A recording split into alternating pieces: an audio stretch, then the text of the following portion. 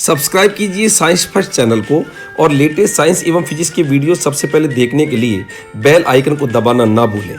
साथ ही पूरी नॉलेज के लिए वीडियोज को अंत तक देखें, लाइक, कमेंट एवं शेयर करना ना भूलें।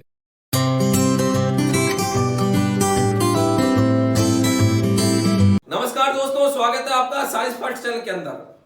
दोस्तों, आपने ध्वनि के 2 वीडियो भली भांति अच्छे से समझ लिए होंगे। हमने 2 वीडियो जो ध्वनि के इससे पहले आपने जो देखे हैं उसमें मैंने आपको समझाया था कि ध्वनि होती क्या है, ध्वनि कैसे उत्पन्न होती है, ध्वनि के अंदर क्या क्या गुण पाए जाते हैं, ध्वनि कितने प्रकार की होती है, ध्वनि के लक्षण क्या होते हैं, प्रतिध्वनि क्या होती है, स्पष्ट प्रतिध्वनि सुनने के लिए परावर्तक सतह कितनी दूरी पर होनी चाहिए, गूंज किसे कहते हैं, अनुरणन क्या होता है, अनुरणन के प्रभाव को कैसे कम किया जाता है, ध्वनि जब चलती है तो उसको प्रभावित करने वाले कारक क्या होते हैं, और अंत में बात कर रहे थे हम सोनार की। और सोनार जो होता है ये आपको मैंने इसमें इतना बता दिया था सेकंड वाले वीडियो के अंदर कि सोनार की full form sound navigation and tracking. और समुद्र के अंदर पनडुब्बियां या कोई डूबा हुआ कोई जहाज है या कोई चट्टान है, उनकी स्थिति, उनकी दूरी, दिशा को बोध कराता है सोनार। तो सोनार जो होता है समुद्र तटों पर बने हुए स्टेशन होते हैं और सोनार के अंदर पराध्वनि काम में आती है, अल्ट्रासोनिक काम में आती है। आज मैं आपको यहां पर इस ध्वनि वाले में और कौन कौन से ऐसे टॉपिक हैं जो परीक्षा के लिहाज से उपयोगी है उससे आपको कनेक्ट करना चाहता हूं। तो यहां पर मैंने आपको ये बताया था, यहीं से मैं कनेक्ट कर रहा हूं क्योंकि इससे पहले वाले वीडियो के अंदर अपन ने यहीं पर इसको विराम दिया था। सोनार क्या होता है कि जो समुद्र है, ये जैसे समुद्र है और समुद्र स्टेशनों पर, समुद्र के जो तट होते हैं वहां पर सोनार स्टेशन होते हैं। ये लिख दिया मैंने, सोनार स्टेशन, ये सोनार स्टेशन है। अब जैसे यहां पर कोई चट्टान है या कोई चीज है समुद्र के अंदर, यहां से एक प्रतिध्वनि अपन यहां से एक पराध्वनि यहां पर भेजते हैं, एक पराध्वनि अल्ट्रासोनिक जो ध्वनि है भेजते हैं, माना उसकी चाल भी है और ये जाती है तो जाने को अपन बोलते हैं प्रेषित। किसी भी चीज को भेजने को क्या बोलते हैं? प्रेषित। और उसके बाद में से टकरा के आती है, जाके टकरा के आई, तो टकरा के आई तो जिसने भेजी उसका नाम तो है प्रेषित। स्टेशन से मैंने ध्वनि को भेजी तो ये तो प्रेषित, और टकरा के आई तो आके जब ले ली इस स्टेशन के पास आ गई तो इसको बोलते हैं अभिग्राही। मतलब सोनार स्टेशन ही प्रेषित का काम कर रहा है और ध्वनि जब आ रही है तो वही अभिग्राही का काम कर रहा है। और माना ये ध्वनि जाके आने में टी समय लेती है, पूरा समय टी जाके आने में, तो आपको यदि सोनार स्टेशन से और यहां पर कोई भी चट्टान या कोई डूबा हुआ कोई जहाज है या कोई पनडुब्बी है उसकी स्थिति ज्ञात करनी है, अर्थात दूरी ज्ञात करनी है, तो इसमें फॉर्मूला आपको पता है, दूरी बराबर फॉर्मूला होता है चाल गुणा समय। आपने बताओ यहां पर ध्वनि जो भेजी है उसकी चाल कितनी है v, और ये पूरा समय यहां से यहां तक t है, तो हमको तो दूरी यहां से यहां तक की निकालनी है। जैसे यहां से यहां तक का पूरा समय, कोई जाके आने में पूरा समय t है, लेकिन दूरी तो यहां से वहां तक की निकालनी है, तो अपन को समय भी यहां से वहां तक का ही चाहिए। जब मैं कह रहा हूं ये पूरा समय t है तो यहां से वहां तक का समय इसका आधा होगा, क्योंकि जितना जाने में होता है समय उतना ही आने में होता है। तो आने जाने का पूरा समय, आने जाने का पूरा समय t है, तो यहां से वहां तक का समय यदि चाहिए तो अपन लेंगे इस समय का आधा, तो ये होगा t/2। तो याद रखना परीक्षा के अंदर कभी भी यदि आपको पूरा का पूरा समय दे रखा है, अर्थात प्रेषित से वापिस अभिग्राही तक आने का टोटल समय यदि t दे रखा है, ये पूरा समय t है जाके आने का, और पूरा समय यदि t दिया हुआ है तो हम उसका आधी कर लेंगे और आधा करने पर ये आपकी दूरी निकल जाएगी। अब इस पर कैसे क्वेश्चन आते हैं जरा देखिएगा, इसके क्वेश्चंस किस प्रकार से आते हैं। तो यहां पर मैं एक क्वेश्चन लिख रहा हूं, एक सोनार स्टेशन से क्वेश्चन, ये बहुत इंपॉर्टेंट छोटा सा फॉर्मूला है लेकिन क्वेश्चन सर्वाधिक पूछे जाते हैं। बहुत छोटी सी बात है और इसमें कुछ नहीं है, आपको चाल देगा, ध्वनि की चाल या वेग देगा, और समय पर ध्यान रखना है। यदि आपको एक तरफ का ही समय दे तो आधा मत करना, यहां से वहां तक का ही समय दे और दूरी भी यहां से यहां तक की निकालनी, समय को आधा नहीं करेंगे। लेकिन पूरा समय दे जाके आने का तो समय को क्या करेंगे? आधा। क्वेश्चन है, एक सोनार स्टेशन से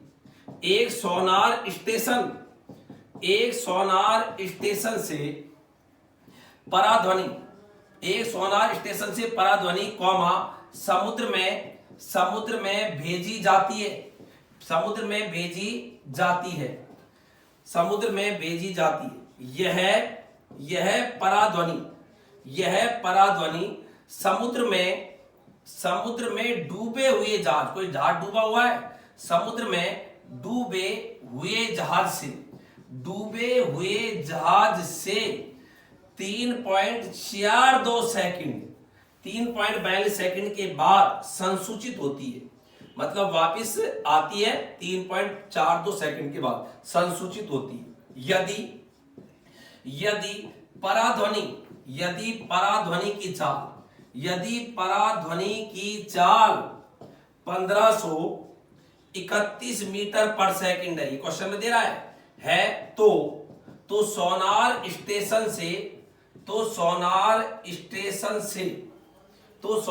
स्टेशन से डूबे हुए जहाज की दूरी क्या होगी?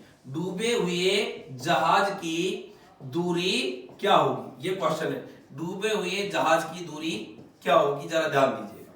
अब यहां पर क्वेश्चन के अंदर देखो, ध्यान दीजिएगा, ये क्वेश्चन बहुत साधारण होते हैं और आप देखोगे तो 9th क्लास के अंदर ये क्वेश्चन खूब ज्यादा दिए गए हैं और एमटीएससी एचटीएससी परीक्षा में पूछा है। अर्थात आने वाली संभावित यदि प्रतियोगी परीक्षाओं की बात करें तो रीट के अंदर इसमें से क्वेश्चन आने की मैक्सिमम प्रोबेबिलिटी है, क्योंकि याद रखिएगा रीट 2015 में सोनार जो है वो होता क्या है उसके बारे में थ्योरेटिकल बात पूछी थी कि सोनार की सहायता से क्या पता चलता है, तो पनडुब्बी जहाज की स्थिति, दूरी, वेग, दिशा इनका बोध होता है। जनरल क्वेश्चन पूछा था थ्योरेटिकल। हो सकता है कि आने वाली संभावित जो परीक्षा है उसमें से इसमें से न्यूमेरिकल आ जाए, तो एक हल्का सा एक आइडिया यदि आपने ले लिया तो कभी आपका न्यूमेरिकल गलत नहीं होगा। अब देखो जरा यहाँ पर क्या क्वेश्चन में दिया हुआ है, एक सोनार स्टेशन, ये सोनार स्टेशन से पराध्वनि समुद्र में भेजी जाती है और ये पराध्वनि समुद्र में डूबे जहाज, माना ये डूबा हुआ जहाज है, उससे डूबे जहाज से 3.42 सेकंड के बाद में संसूचित होती है। संसूचित का मतलब होता है डिटेक्शन, वापस आती है 3.42 सेकंड के बाद में। यदि पराध्वनि की चाल 1531 है तो सोनार स्टेशन से जहाज की दूरी क्या होगी? तो यहां पर देखो सिंपल बात है, चाल कितनी तरह की है 1531, तो ये लिख दिया मैंने 1531। फॉर्मूला आपको पता ही है, पहले से अपन ने तैयार कर रखा है, फॉर्मूला जानते भी हो, भूलने की जरूरत नहीं। दूरी बराबर क्या होता है, चाल गुना समय, सिंपल फॉर्मूला है। चाल कितनी है, v समय, पूरा का पूरा समय है, ये यहां से यहां तक का पूरा समय, जाके आने का टोटल समय t है, तो अपन को यहां से यहां तक का समय चाहिए, इसलिए मैंने इसका क्या कर दिया, आधा। अब बताओ ये जाके आने में पूरा जो टाइम लग रही है कि कितने बाद में ध्वनि भेजी है और कितने बाद में इसने डिटेक्ट करी इसने सोनार स्टेशन से, और वो पूरा जो टाइम है वो है 3.42, तो यह 3.42 में किसका भाग दे देंगे, 2 का भाग, तो होगा t/2, और ये आपका आंसर किसमें आएगा, मीटर में आएगा। यदि आपको आंसर किलोमीटर में कन्वर्ट करना है, यदि आपको आंसर किलोमीटर में कन्वर्ट करना है तो आप यहां पर इसमें 1000 का भाग दे देंगे, तो यही आपका आंसर है। तो बिल्कुल सिंपल सा है। अब इसमें बस ध्यान रखने वाली बात यह है कि ये जो समय है, ये समय पूरा जाने के बाद में, इतनी समय के बाद में ये ध्वनि संसूचित होती है, तो याद रखना कि ये टी है। कई बार क्वेश्चन में एक तरफ का समय देता है, एक तरफ का समय देता है तो फिर आधा नहीं करेंगे। जैसे इसी क्वेश्चन के अंदर यदि ये देते था कि यह पराध्वनि समुद्र में डूबे हुए जहाज तक, अब देखो डूबे हुए जहाज तक माना 1.5 सेकंड, 1.5 सेकंड, डूबे हुए जहाज तक 1.5 सेकंड में पहुंचती है। क्वेश्चन देखो यही है, बस इतना सा चेंज कर दिया, तक पहुंचती है, एवं पराध्वनि की चाल इतनी है, तो सोनार स्टेशन से डूबे जहाज की दूरी क्या होगी? अब बताओ क्या करना है क्वेश्चन में। सोनार स्टेशन से पराध्वनि समुद्र में भेजी जाती है, यह पराध्वनि समुद्र में डूबे जहाज तक 1.5 सेकंड में पहुंचती है, मतलब यहां से इस डूबे जहाज तक कितने समय पहुंचती है, 1. तो ऐसी स्थिति में अपन को दूरी ज्ञात करनी है, तो बताओ दूरी बराबर क्या होता है, फॉर्मूला वही चाल गुना समय। तो बताओ चाल तो 1531 है, समय, अब ये पूरा ही यहां से यहां तक का समय क्लियर दे रखा है, क्यों कह रहा है यह पराध्वनि समुद्र में डूबे हुए जहाज तक, ये समुद्र में जो डूबा हुआ जहाज है ना, यहां से यहां तक पहुंचने में कितना समय लेती है, डूबे जहाज तक 1.5 सेकंड में पहुंचती है। तो यहां से यहां तक का ही समय दे रखा है, तो यहां से यहां तक का ही समय दे रखा है, तो अब आधा करने की आवश्यकता नहीं है। अपन कब समय को आधा करेंगे, याद रखें, जब आपको ये आप क्वेश्चन पढ़ के ये आवाज हो जाए कि ये पूरा समय ये और ये, मतलब जाके आने का टोटल समय है, तो दूरी यहां से वहां तक की निकालनी है, तो समय को क्या करना है, आधा। यदि आपको एक तरफ का ही समय दे रखा है तो आपको उसका आधा नहीं करना है, ये आपको ध्यान रखना है। तो ये आप बस इस वाले क्वेश्चन में तो बस 1531 गुणा 1.5 और आंसर वही मीटर में आएंगे। यदि आपको इसको किलोमीटर में चेंज करना है तो वही 1000 का क्या दे देंगे, भाग दे देंगे। तो ये आपके ऐसे क्वेश्चन इसमें से आते हैं $100 में से। अच्छा, अब बात यहां पर ये आती है कि गुरुजी और यदि सवाल की बात करें तो देखो यहां पर और मैं क्वेश्चन दूं और आप यहां पर इसका आंसर देना, क्योंकि अभ्यास से ही पता चलेगा। तो चीजों को जो भी है एक बार समझ लें। अब इसमें इतना सा कॉन्सेप्ट है कि यार समय को कब तो आधा करना है, यदि जाके आने का मैं बार बार प्रेशराइज कर रहा हूं शब्द को, इसलिए क्योंकि इसमें बच्चे गलती करते हैं। क्वेश्चन में यदि जाके आने का टोटल टाइम है, अपन को दूरी वहां से वहां तक निकालनी, तो समय को आधा कर देंगे। बट एक तरफ का ही समय दे रखा है, या तो इधर का इधर का, दूरी निकालनी है तो अपन को एक तरफ दूरी में तो यही चाहिए यहां से, तो फिर समय को आधा नहीं करेंगे यदि एक तरफ का समय है तो। अच्छा, अब आगे देखिएगा, अगला जो क्वेश्चन है, कोई प्रतिध्वनि 3 सेकंड पश्चात सुनाई देती है। क्वेश्चन है कोई प्रतिध्वनि 3 सेकंड को वैसे एस से लिखते हैं फिजिक्स में, लेकिन मैंने यहां पर आपको हिंदी में लिख दिया, नहीं तो वो 3S लिखता ना ऐसे 3S, तो कहीं तो 35 समझिए, छोरे समझिए 35, जबकि मैं लिख रहा हूं 3 सेकंड, लिखना चाहिए मुझे 3S, लेकिन वो क्या है 3S को यहां पे समझ जाएगा 35, इसलिए मैंने तो हिंदी में लिख दिया 3 सेकंड। कोई प्रतिध्वनि 3 सेकंड बाद नाई का मतलब सुनाई 3 सेकंड बाद सुनाई देती है, 3 सेकंड बाद सुनाई देती है यदि ध्वनि की चाल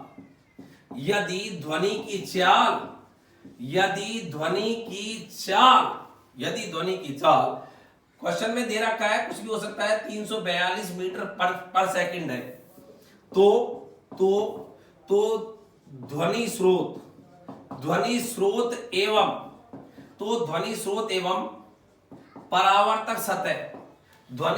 एवं परावर्तक सतह के बीच की दूरी क्या होगी? के बीच की जगह मध्य भी कर सकता है, के मध्य की दूरी क्या होगी? जरा क्वेश्चन को समझें और इसका आंसर सोचें कि इसका आंसर क्या होगा। थोड़ा सा मैं रुक रहा हूं, जरा देखें। कोई प्रतिध्वनि 3 सेकंड बाद में सुनाई देती है यदि ध्वनि की चाल 342 मीटर पर सेकंड है, तो ध्वनि स्रोत और परावर्तक सतह के मध्य की दूरी क्या होगी? ये क्वेश्चन का आंसर आपको बताना है कि इसका आंसर क्या होगा। अच्छा, अब आप कहोगे गुरुजी यहां पर माना कोई ध्वनि स्रोत है, जैसे मैं बोल रहा हूं तो मैं ध्वनि स्रोत हूं, ये परावर्तक सतह है। परावर्तक सतह का मतलब जिससे ध्वनि टकरा के आती है, और जिससे ध्वनि टकरा के आती है वो है परावर्तक सतह। यहां से गई और टकरा के आती है, और टकरा के आने को ही बोलते हैं प्रतिध्वनि। ये प्रतिध्वनि कितने सेकंड बाद में सुनाई देती है? 3 सेकंड बाद में। उत्पन्न कहां से हुई? मुंह से। अरे मैं बोलूंगा तो सही ना, मैं बोलूंगा मेरी फिर आवाज टकरा के आई तो ये पूरी जाके आई, उसमें कितना समय बोल रहा है? 3 सेकंड। 3 सेकंड बाद में सुनाई दे रही है, मैं बोल रहा हूं, इसको भी मैं सुन रहा हूं, और फिर मेरी आवाज जो टकरा के आई है वो आ रही है 3 सेकंड बाद में, मतलब गई फिर टकराई फिर आई, उसमें पूरा जो वक्त लग रहा है वो कितना सेकंड है? 3 सेकंड। और यहां पर ध्वनि की चाल इतनी है, तो बताओ यहां से यहां तक की दूरी क्या होगी? तो बोलो बच्चों, दूरी बराबर क्या होता है? बोलो चाल। दूरी बराबर होता है चाल गुणा समय, और यहां पर चाल है 342, और समय बताओ यहां पर क्या होगा? ये देखो पूरा का पूरा समय जो है, ये पूरा का पूरा समय जाके आने में ये आपको दे रखा है 3 सेकंड, क्योंकि प्रतिध्वनि 3 सेकंड बाद में सुनाई देती है, तो समय को अपन क्या कर देंगे? आधा। तो 342 गुणा 3/2, बस यही आपका आंसर आ जाएगा। और आंसर किस में आएगा? मीटर के अंदर। आंसर आपका यदि किलोमीटर में चेंज करना है तो अपन 1000 का क्या दे देंगे? भाग दे देंगे। तो मेरे हिसाब से क्वेश्चन समझ में आ गया, क्योंकि प्रतिध्वनि कितने समय, हाँ यदि इस क्वेश्चन में कहता कि यदि ध्वनि उत्पादक स्रोत से परावर्तक सतह तक ध्वनि जाने में इतना समय लेती है, तो फिर आधा नहीं करेंगे, क्योंकि अपन को यहां से यहां तक की दूरी निकालनी है और समय भी यहां से यहां तक का दे रहा है। बट ये कह रहा है कि ध्वनि उत्पन्न होने के इतने समय बाद में प्रतिध्वनि, मतलब ध्वनि गई और आई, तो ध्वनि जो गई और आई तभी तो प्रतिध्वनि सुनाई देगी, उसमें जो पूरा वक्त लग रहा है वो कितना है? 3 सेकंड, इसलिए अपन ने इसको क्या कर दिया? आधा। तो कोई प्रतिध्वनि अर्थात जो ध्वनि उत्पन्न हुई उससे जो प्रतिध्वनि बढ़ के परावर्तक सतह से टकरा के आती है वो कितने समय बाद में आती है? 3 सेकंड बाद में। तो ऐसी स्थिति में ध्वनि स्रोत और परावर्तक सतह के बीच की दूरी क्या होगी? तो समय को क्या कर देंगे? आधा। तो क्वेश्चन इस प्रकार से भी आ सकता है। अच्छा, अब आगे देखिएगा आप, अगला सवाल क्या है? एक पहाड़ी के सामने खड़ा मनुष्य बंदूक चलाता है। एक पहाड़ी के सामने खड़ा मनुष्य बंदूक गन, पहाड़ी के सामने खड़ा होकर बंदूक चलाए। सामने खड़ा, एक पहाड़ी के सामने खड़ा मनुष्य बंदूक चलाता है, एवं वह 1.5 सेकंड पश्चात प्रतिध्वनि सुनता है। 1.5 सेकंड पश्चात, इतने समय बाद 1.5 सेकंड पश्चात प्रतिध्वनि सुनता है, प्रतिध्वनि सुनता है।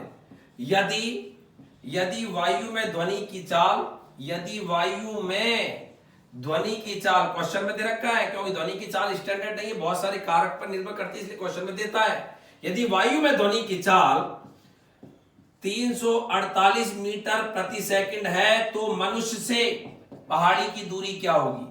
तो मनुष्य से पहाड़ी की दूरी क्या होगी? पहाड़ की जो दूरी है वो क्या होगी? दूरी क्या होगी? तो इस क्वेश्चन को भी आप आसानी से कर सकते हो। तो देखो ये क्वेश्चन क्या है, एक पहाड़ी के सामने, माना ये कोई पहाड़ी है, इसको अपन पहाड़ी मान ले, और इस पहाड़ी के सामने यहां पर कोई मनुष्य खड़ा है, ये मनुष्य खड़ा हो गया, और ये खड़ा होकर इसके हाथ में कोई बंदूक है, इस बंदूक को चलाता है, और उसके बाद में बंदूक पे एकदम आवाज आती है तो ठक, और ठक की आवाज जाके आने में, अर्थात जाके आएगी, उसी को तो बोलेंगे प्रतिध्वनि। ध्वनि के बाद में जो ध्वनि सुनाई दे, अपन एक बार मैं कोई आवाज को बोल के रुक गया, उसके बाद में जो ध्वनि टकरा के आती है वो है प्रतिध्वनि। जो एक बार मैंने उत्पन्न करी है तो मूल ध्वनि जिसको तो मैं सुन ही रहा हूं, और उसके बाद में टकरा के आई वो है प्रतिध्वनि। तो ये कह रहा है यहां मनुष्य से पहाड़ी की दूरी क्या होगी? क्वेश्चन में दूरी पूछी है। अब बताओ, दूरी बराबर फॉर्मूला आप सभी जानते हो, चाल गुणा समय। अब बताओ ध्वनि की चाल क्वेश्चन में दे रखा है 348, तो ये कर दिया 348। समय तो यहां पर दे रखा है वह 1.5 सेकंड पश्चात प्रतिध्वनि सुनता है, मतलब मूल ध्वनि उत्पन्न हुई यहां पर बंदूक से, और उसके बाद में जब ध्वनि आई टकरा के उसमें लग गया 1.5 सेकंड। तो बताओ दूरी तो यहां से यहां तक की निकालनी है, ये पूरा जो वक्त लगा, यहां से ध्वनि गई, पहाड़ी से टकरा के वापस आई, उसमें जो वक्त लगा वो है 1.5 सेकंड। तो यहां से पहाड़ी तक का वक्त कितना लगा? तो अपन 1.5 सेकंड का क्या कर लेंगे? आधा कर लेंगे, और यहीं पर आंसर किसमें आएगा बोलो? मीटर में। किलोमीटर में बदलना है आंसर, तो आप इसमें 1000 का क्या दे दोगे? भाग। तो बिल्कुल सिंपल सा है। तो अपन को याद रखना है, और बच्चे जनरली ऐसे दूरी निकालते हैं तो चाल गुना समय कर देते हैं, समय को आधा नहीं करते। तो मैंने आपको अच्छे से समझा दिया कब समय को आधा करना है। यदि एक तरफ का समय दे रखा है तो आधा नहीं करना, बट क्वेश्चन को पढ़ने से ऐसा एहसास हो रहा है कि ये ऐसा समय है कि जो जाके आने का टोटल है, कि कोई प्रतिध्वनि इतनी देर बाद में सुनाई देती है, या कोई पराध्वनि इतनी देर बाद में संसूचित होती है। ऐसी स्थितियों में, ऐसे शब्दों में हमेशा समय को आधा करना है, क्योंकि पूरा जाके आने वाला समय, और अपन को समय एक तरफ का चाहिए, इसलिए इसको अपन क्या करते हैं? आधा करते हैं। तो ये क्वेश्चन भी आपको पता होना चाहिए कि ये कैसे करते हैं। अच्छा, इसके बाद में अगला जो सवाल है, अगला क्वेश्चन है अगला सवाल, एक तरंग जिसकी आवृत्ति, एक तरंग जिसकी आवृत्ति, तरंग है, एक तरंग की जगह ध्वनि तरंग भी आ सकता है। एक ध्वनि तरंग जिसकी आवृत्ति 250 हर्ट्ज है, 250 हर्ट्ज है। एक ध्वनि तरंग की आवृत्ति कितनी है? 250 हर्ट्ज। एवं वायु में इसका वेग 331 मीटर प्रति सेकंड है। तो इसी वायु में 500 हर्ट्ज की ध्वनि का वेग क्या होगा? ये क्वेश्चन है। तो क्वेश्चन जरा क्या है, जरा समझिएगा। एक ध्वनि तरंग जिसकी आवृत्ति कितनी है, कोई ध्वनि तरंग है, उसकी आवृत्ति कितनी है? 250 हर्ट्ज है, ठीक है। और उसका वायु में वेग कितना है? ये तो आवृत्ति है, और उसका वायु में वेग, चलने का वेग कितना है? 331 मीटर पर सेकंड। तो इसी वायु में, वायु वही है, माध्यम वही है, माध्यम को चेंज नहीं करा। इसी वायु में, ये कई बार कहता है इसी माध्यम में, शब्दों का परिचय होना आवश्यक है, कुछ भी शब्दावली वो काम में ले सकता है। तो इसी माध्यम में 500 हर्ट्ज की ध्वनि का वेग क्या होगा? तो यहां पर आपको मैंने अच्छे से बताया था कि ध्वनि का जो वेग है, ध्वनि की जो चाल है, ये कभी भी आवृत्ति पर निर्भर नहीं करती। भले ही आवृत्ति बदलती है, आवृत्ति 250 की जगह कितनी कर दी? 500, लेकिन चाल जो है वो आवृत्ति पर निर्भर नहीं करती, अर्थात अपरिवर्तित रहती है। तो बताओ इसका आंसर में क्या बोलेंगे? आंसर वही होगा 331 मीटर पर सेकंड। और इसका हिंट क्या है? कि ध्वनि की चाल कभी भी आवर्ती पर निर्भर नहीं करती। मैंने आपको एक उदाहरण बताया था, आप याद करिएगा। आप सेकंड वीडियो के अंदर मैंने एक उदाहरण बताया था विभिन्न प्रकार के वाद्य यंत्र, और विभिन्न प्रकार के जो वाद्य यंत्र होते हैं उनकी सभी की किसी की आवाज मोटी होती है, किसी की आवाज बारीक होती है, अर्थात उनकी आवृत्तियां अलग अलग है। लेकिन जब सब एक साथ बजते हैं तो सबकी जो ध्वनि है ये आपके कानों में एक साथ पहुंचती है। ये नहीं सब हारमोनियम, नगाड़ा, ढोल की बज रहे हैं तो उनकी आवाज अलग अलग समय में आ रही है, बज रहे हैं एक साथ, लेकिन आपका गुरुजी नहीं पहले तो नगाड़े की आई है, गुरुजी अब की इस बार तो सारंगी की आई, और इस बार गुरुजी अब कुपाड़ी की आई है, जबकि सब एक साथ बज रहे हैं तो सबकी जो ध्वनि है वो भी एक साथ ही आती है।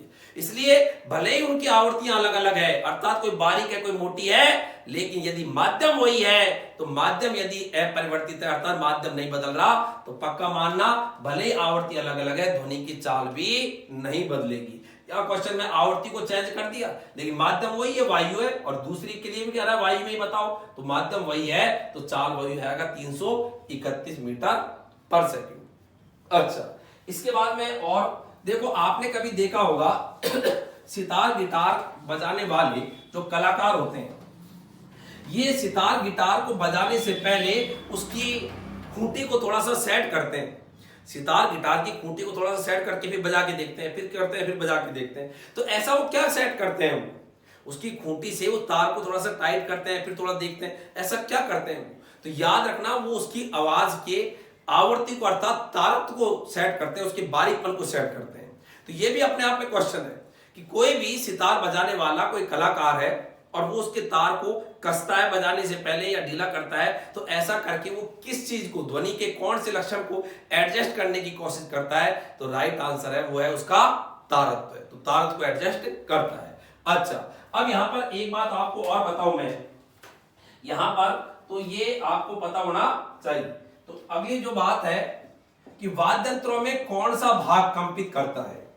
वाद्य यंत्र जो बजते हैं, विभिन्न प्रकार के वाद्य यंत्र होते हैं, और वाद्य यंत्रों में ऐसा कौन सा भाग है जो कंपित करता है, यह भी अपने आप में बड़ा महत्वपूर्ण क्वेश्चन है कि वाद्य यंत्रों में कौन सा भाग कंपित करता है। तो मैं यहां पर आपको ये अगला जो बात है ये मैं बताना चाहता हूं, और वाद्य यंत्रों में कौन कौन से भाग कंपित करते हैं। तो यहां तो मैं लिख रहा हूं वाद्य यंत्र, यहां तो मैं लिख रहा हूं वाद्य यंत्र, और यहां पर मैं लिख रहा हूं कंपित भाग, और सीधा क्वेश्चन आएगा कि कौन से वाद्य यंत्र में कौन सा भाग कंपित करता है। तो देखो, आप जानते हो, बताओ सितार गिटार में कौन कंपित करता है। सितार गिटार में कंपित भाग कौन होता है।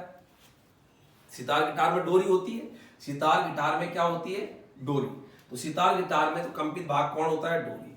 अच्छा, इसके बाद में तबला, ढोलकी, तबला, ढोलकी, नगाड़ा, इसमें बताओ कौन सा भाग कंपन करता है। इनका पर्दा, ऊपर का जो पर्दा होता है वो पर्दा जिसको बजाते हैं तो वो भाग कंपन करता है। तो यहाँ पर ये भी पता होना चाहिए तबला, ढोलकी में। अच्छा, बांसुरी में, बांसुरी बांसुरी में क्या करता है, बांसुरी के अंदर की वायु, बांसुरी में कंपित भाग कौन होता है, बांसुरी के अंदर की कौन वायु कंपन करती है, बांसुरी के अंदर की वायु कंपन करती है। और हारमोनियम, हारमोनियम में कंपन भाग कौन सा होता है, हारमोनियम, हारमोनियम में जो कंपित भाग होता है वो होता है हारमोनियम का रीड, हारमोनियम का जो पर्दा सा होता है पीछे, हारमोनियम का रीड बोलते हैं उसको, हारमोनियम का रीड। तो ये आपको चारों भाग, चारों वाद्य यंत्र महत्वपूर्ण जो किताबों के अंदर है कि वाद्य यंत्र में कौन सा भाग कंपित करता है। सितार गिटार में डोरी कंपन करती है, तबला ढोलकी में पर्दा कंपन करता है, बांसुरी के अंदर की वायु कंपन करती है, और हारमोनियम, उसमें हारमोनियम का रीड जो है ये कंपन करता है। अच्छा, इसके बाद में और जो बात अपन आगे करें तो यहां पर तो ये सितार गिटार के अंदर डोरी की जगह कई बार तार भी दे देता है कि डोरी या तार, तो याद रखना कंपित भाग में डोरी या तार जिसकी भी सितार गिटार में काम में ले रहे हैं तो आ सकता है। अच्छा, इसके बाद में कभी आपने एक नाम सुना होगा, जैसे सोनार, आज अपन ने हेडिंग डाला, ऐसे एक शब्द होता है उसका नाम है रेडार। मैंने आपको ऐसे सेकंड वीडियो के अंदर हल्का सा एक हिंट बताया था कि रेडार जो होता है इसकी सहायता से, रेडार जो होता है, ये तो अपन ने लिखा सोनार और ये मैंने लिख दिया रेडार, रेडार है RADAR, रेडार। सोनार से याद रखो से और से समुद्र, समुद्र के अंदर कोई भी चीजों की स्थिति उनकी दिशा वेग आदि का ज्ञात करते हैं। पनडुब्बी है, कोई चट्टान है, कोई हिमशैल है, उनकी स्थितियां सोनार से। और रेडार जो होता है ना, ये आकाश में स्थित वस्तुओं की स्थिति, दूरी, दिशा का बोध कराती है। तो याद रखें, सोनार पानी वाली चीजों का अध्ययन करते हैं, उसमें ऐसे याद रखो पानी के अंदर चीजों की दूरी, दिशा, स्थितियों का पता करते हैं। और रेडार से आकाश का, तो एक तो समुद्र और एक आकाश। तो रेडार जो होता है, इसकी फुल फॉर्म होती है radio detection and ranking.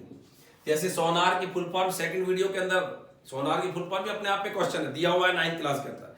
Sound navigation and ranking जो मैंने आपको बताया था, ऐसी रेडार की फुल फॉर्म होती है radio detection, radio detection and ranking, radio detection and ranking, ये रेडार। और ये जो रेडार है, इसकी सहायता से यहीं पे लिख देता हूं मैं, क्यों की बात है, इसकी सहायता से वायु में स्थित, वायु का मतलब ऊपर आकाश में, वायु में स्थित जो आपके वायु में स्थित जो वायुयान होते हैं, वायु में स्थित वायुयानों की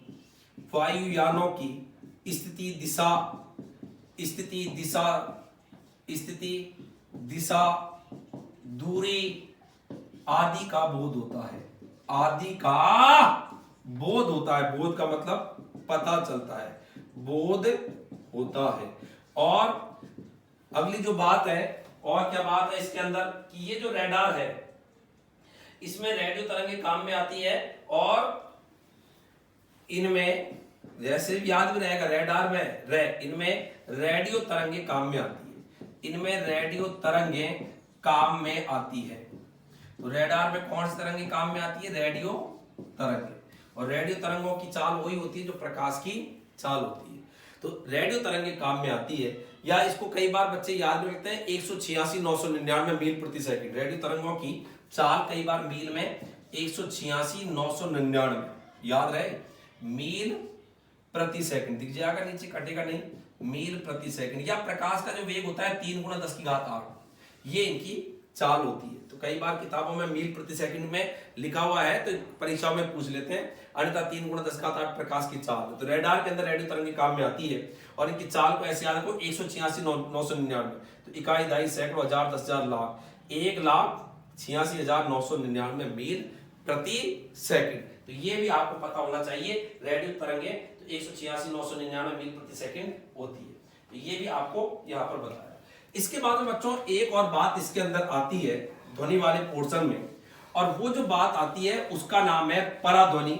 और पराध्वनि जो होती है, जिसको अपन अल्ट्रासोनिक बोलते हैं, अल्ट्रासोनिक साउंड। तो ये पराध्वनि जो होती है, इसका क्या उपयोग होता है, ये भी आपको पता होना चाहिए। तो आगे जो मैं पोर्शन बता रहा हूं, तो यहाँ पर लाल पेन मैं लेना चाहूंगा, और लाल पेन के अंदर मैं आपको बताऊं पराध्वनि के उपयोग,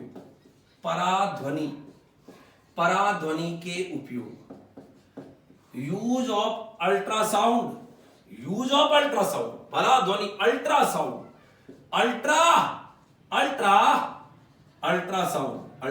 का मतलब पराध्वनि। अच्छा, पराध्वनि जैसा कि आप जानते हो, पराध्वनि वो आवृत्तियों की ध्वनि होती है।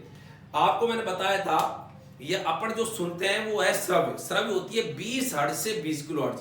20 किलो हर्ट्ज को 20,000 हर्ट्ज भी बोलते हैं। हम 20 हर्ट्ज से 20,000 हर्ट्ज तक की ध्वनि को सुनते हैं।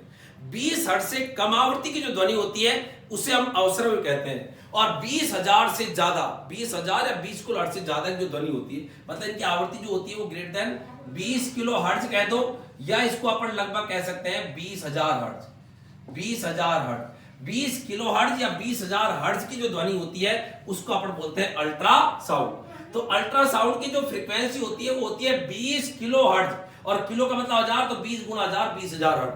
तो 20,000 हर्ट्ज से ज्यादा की जो ध्वनि होती है, आंसर ये भी सही है और आंसर ये भी सही है, और इसको अपन बोलते हैं अल्ट्रासाउंड। बहुत ज्यादा आवृत्ति की ध्वनि होती है, और बहुत ज्यादा आवृत्ति की ध्वनि होने के कारण इतना ज्यादा कंपन करती है कि दूध के अंदर कीटाणु मर जाए, दूध के अंदर भेज देना इसको, तो इतना ज्यादा कंपन करती है कि दूध के अंदर जाके कीटाणु को मार दे। इतनी जोर का कंपन होता है, बेचारे कीटाणु मर जाए। तो यहाँ पर अल्ट्रा पराध्वनि के उपयोग है दूध में हानिकारक कीटाणु को मारने में। हानिकारक कोई मारेंगे, फायदेमंद तो ठीक है, क्यों मारे उनको तो दूध में हानिकारक हानिकारक कीटाणुओं को मारने में, इसके अलावा आप कहोगे गुरुजी और कल कारखानों में जो चिमनियां होती है उनमें जब कालिक जम जाती है, चिमनियों में जैसे कालिक है, अब कालिक जम गई तो अपन कैसे साफ करेंगे, तो वहां से अपन क्या है अल्ट्रासाउंड भेजते हैं और इतनी ज्यादा फ्रीक्वेंसी की होती है ऐसे घर घर घर घर और इतनी ज्यादा कंपन करती है ये पूरी पूरी कालिक जड़ के नीचे आ जाती है। तो अगला मैं लिख रहा हूं कल कारखानों में चिमनियों, कल कारखानों में चिमनियों की कालिक साफ करने में, चिमनियों की कालिक साफ करने में। इसके अलावा और इसके उपयोग है हवाई अड्डों पर धुंध जो होती है उनको हटाने के अंदर भी काम में लेते हैं। तो मैं लिख रहा हूं आगे हवाई अड्डों पर धुंध को हटाने में, धुंध को हटाने टाने का मतलब हटाने में काम में लेते हैं।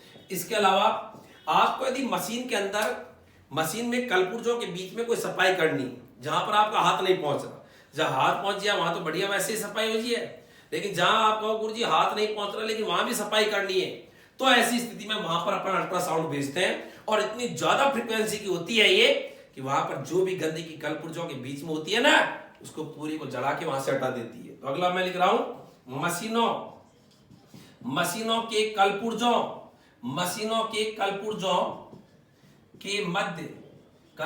के मध्य गंदगी अशुद्धियां को साफ करने में भी काम में लेते हैं। इसके अलावा इसका उपयोग होता है अल्ट्रासोनोग्राफी, सोनोग्राफी के अंदर सोनोग्राफी कराते हैं। तो सोनोग्राफी से अपन क्या करते हैं, जांच कराते हैं किडनी सही है कि नहीं है, गाल ब्लैडर सही है कि नहीं है, लीवर सही है कि नहीं है, यूरिन ट्यूब सही है कि नहीं है। तो अपने बॉडी के अंदर टिश्यू जो है ऊतकों से बना हुआ शरीर है और जब नॉर्मल यदि हिस्सा है तो अल्ट्रासाउंड यहां से जब वो जो ट्रांसड्यूसर यंत्र होता है जिसको ये चलाते हैं सोनोग्राफी में, तो नॉर्मल यदि किसी की बॉडी अर्थात कोई उसके अंदर कोई भी किसी प्रकार की कोई दिक्कत नहीं तब तो क्या अल्ट्रासाउंड जाके टकरा के नॉर्मल वे से आएगी। लेकिन किसी के यदि जैसे सपोज करो किडनी के अंदर पथरी है तो पत्थर से टकरा के अलग समय में आएगी, तो जाके आने समय वाले जो अंतराल होता है उसके हिसाब से फिर वहां पर कंप्यूटर पर स्क्रीन पर उसी के अनुसार इमेज वहां पर नजर आती है।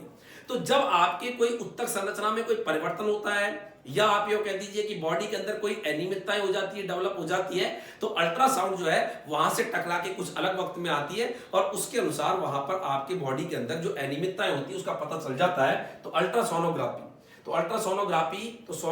नाम इसका यही अल्ट्रासोनोग्राफी, अर्थात सोनोग्राफी के अंदर क्या काम में आती है, अल्ट्रासाउंड अर्थात पराध्वनि काम में आती है। और देखो आप पराध्वनि के और कौन से उपयोग है, तो ईसीजी के अंदर भी काम में लेते हैं।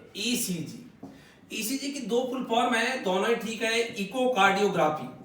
इकोकार्डियोग्राफी ईसीजी करने की जो टेक्निक है उसको बोलते हैं इकोकार्डियोग्राफी, और एक जगह इसको बोर्ड किताब में लिख रखा है इलेक्ट्रोकार्डियोग्राम।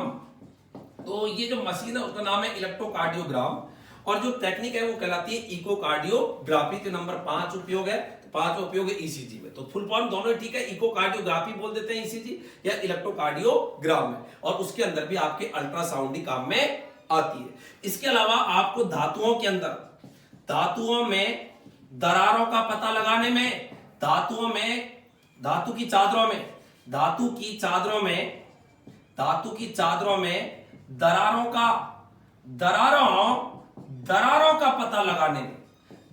का पता लगाने में भी अल्ट्रासाउंड काम में आती है। इसके अलावा मच्छरों को भगाने में भी काम में आती है, क्योंकि इतनी ज्यादा कंपन है, इतना जोर का कंपन करे बेचारे मच्छर कंपन के मारे भाग छूटे, मच्छरों को भगाने के अंदर भी काम में आती है। इसके अलावा आपने कभी देखा होगा कि किडनी के अंदर जो स्टोन है, अपने किडनी के अंदर जो स्टोन है, गुर्दे के अंदर जो पथरी होती है, तो पथरी जब बड़ी हो जाती है तो उसका वहां पर अल्ट्रासोनिक से इतनी ज्यादा फ्रीक्वेंसी की होती है कि जब वो कंपन करती है तो पथरी टूट जाती है, और टूटने के बाद में फिर यूरिन ट्यूब की सहायता से उसके टुकड़े होकर बाहर निकल जाते हैं। तो ये भी इसका उपयोग है, गुर्दे की पथरी को तोड़कर बाहर निकालने में, गुर्दे की पथरी को तोड़कर बाहर निकालने में, गुर्दे की पथरी को तोड़कर निकालने में, इतना ही बहुत है, निकालने में, ये भी इसका उपयोग है। और ये उपयोग किसके है, पराध्वनि के उपयोग है, यहां पर पराध्वनि काम में आती है, आपको पता होना चाहिए। अच्छा, अब मैं आपको एक क्वेश्चन दे रहा हूं और ये जो क्वेश्चन मैं आपको दे रहा हूं इसका आप आंसर कमेंट बॉक्स के अंदर जाके और वहां पर इसका आंसर आप बताओगे कि इसका राइट आंसर क्या है। तो ये जो क्वेश्चन मैं आपको यहां पर लिख रहा हूं इसका मैं आप सभी से आशा करता हूं कि आप सभी इसका आंसर देंगे। बहुत सारे बच्चे अभी तक भी आंसर जो है वो देने की या तो हिम्मत नहीं जुटाते या वीडियो को यहां तक देखते नहीं है। दो में से एक कारण है, या वो फॉर्मेलिटी चल रहा है कि टाइम निकल रहा है, निकलते निकलते परीक्षा आ जाएगी और उसके बाद में लगेगा कि यार अब कैसे अपनी स्थितियों को सुधारें। इसलिए आप जो है पूरी तरह से, मैं बार बार कह रहा हूं कि वीडियो में लास्ट तक बने रहें, पूरे वीडियो को देखें। फायदा इसके अंदर तभी अपन को मिलने वाला है, अधूरेपन से या छोटी पढ़ाई से कभी फायदा नहीं मिलेगा। क्वेश्चन यहां पर क्या है जरा देखिएगा। एक मनुष्य 1 किलोमीटर दूर स्थित, एक मनुष्य 1 किलोमीटर दूर स्थित सायरन, कोई सायरन है जो 1 किलोमीटर दूर है, एक मनुष्य 1 किलोमीटर दूर स्थित सायरन की ध्वनि को सुनकर, सायरन की ध्वनि, ध्वनि की जगह आवाज भी आ सकता है, कई बार क्वेश्चन में ऐसे भी देता है, महत्वपूर्ण क्वेश्चन आया हुआ है इसलिए मैं सभी शब्दों का प्रयोग करना चाहूंगा। एक मनुष्य 1 किलोमीटर दूर स्थित सायरन की ध्वनि आवाज को सुनकर अपनी घड़ी मिलाता है, अपनी घड़ी मिलाता है, घड़ी को सेट कर लेता है, क्योंकि सायरन की आवाज फिक्स समय पर बजती है, सायरन की आवाज फिक्स समय बजती है, जैसे 5 बजे, 6 बजे, 7 बजे ऐसे बजती है। तो ये क्वेश्चन है कि एक मनुष्य 1 किलोमीटर दूर स्थित कोई सायरन है, उसकी ध्वनि आवाज को सुनकर अपनी घड़ी मिलाता है। यदि मिलाता है, यदि ध्वनि की चाल 330 मीटर प्रति सेकंड है, ये क्वेश्चन में दिया हुआ है, कुछ भी दे सकता है क्वेश्चन में, तो मनुष्य की 4 ऑप्शन है। घड़ी 3 सेकंड आगे होगी, 3 सेकंड आगे होगी। दूसरा ऑप्शन यहां पर पेन कहां चला गया, मार्कर दूसरा काड़ा डाउन चल रहा है, तो ध्वनि का वेग 330 मीटर पर सेकंड है, तो उसकी घड़ी 3 सेकंड आगे होगी। दूसरा, घड़ी 3 सेकंड पीछे होगी, घड़ी 3 सेकंड पीछे होगी। घड़ी सही समय दर्शाएगी, घड़ी सही समय दर्शाएगी और राइट आंसर है इनमें से कोई नहीं, नन ऑफ दीज, इनमें से कोई नहीं। तो ये आपके कुल मिला के 4 ऑप्शन है। क्वेश्चन वापस बोलना चाहूंगा, एक मनुष्य 1 किलोमीटर दूर स्थित कोई सायरन है और उस सायरन की ध्वनि या आवाज को सुनकर अपनी घड़ी को मिलाता है। यदि ध्वनि की चाल 303 मीटर पर सेकंड है तो मनुष्य की घड़ी 3 सेकंड आगे होगी, 3 सेकंड पीछे होगी। घड़ी सही समय दर्शाएगी, इनमें से कोई नहीं। और आपको मैंने आप ये भी बताया था पहले वाले वीडियो के अंदर कि दूर बज रहे सायरन से घड़ी मिलाने पर घड़ी क्या हो जाती है, आगे नहीं बोलूंगा, आपको उसमें मैंने हिंट दे दिया। दूसरा हिंट इतना मैंने बोल दिया, इसमें आपके क्वेश्चन का आंसर आ गया।